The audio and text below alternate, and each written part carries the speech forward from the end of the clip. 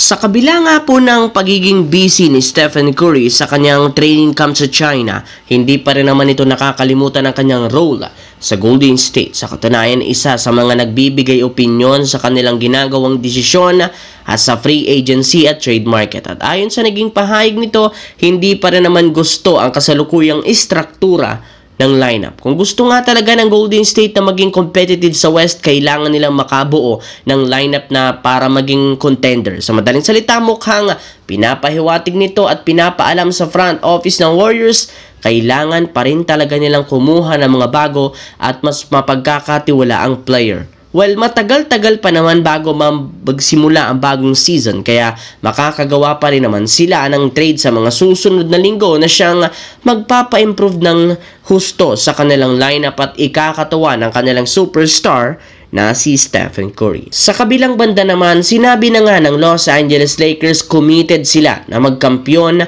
para kay Luka Doncic. Parehas nga silang hangarin na umabot sa NBA Finals at magkampiyon. Sa katunayan, mismong si Luka na ang kusang nagpaganda ng katawan, nag-recruit ng mga malalaro kagaya ni DeAndre Ayton at Marcus Smart. Pero hindi rin naman dyan nagtatapos ang plano dahil kung inyong ang mapapansin, pinapanatili nilang flexible ang cap space ngayong season at sa mga susunod pa. Ito dahil balak nga silang makakuha ng mas malaki pang pangalan. Para nga sa inyong kaalaman, maaari nga pong maging isang ganap na free agent sina Austin Reeves at LeBron James next summer. Kaya posibleng i-reset ng kanilang lineup para lamang kay Luka at gamit ang mabubuong cap space para lamang makakuha ng bagong superstar. At kabilang sa mga pangalan na pwedeng kunin, either si Nikola Jokic mula sa Denver Nuggets o di kaya si Giannis Antetokounmpo mula sa Milwaukee Bucks. Samantala, para nga sa inyong kaalaman, meron pang 2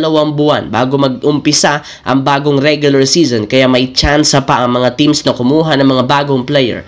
May pag-asa pa rin naman ang mga manlalaro na nananatili na free agent bago makakuha ng bagong kontrata. Pero hindi naman ganyan ang kalagayan ngayon ng veteran superstar na si Russell Westbrook na isa pa ring ganap na free agent. Ayon kay Mark Stein, malaki ang posibilidad na magsimula ang bagong season ng NBA nang walang kupunan si Russell Westbrook. Hanggang ngayon, hindi pa rin naman binibigyan ng kontrata ng Sacramento Kings at inaayawan pa rin naman siya.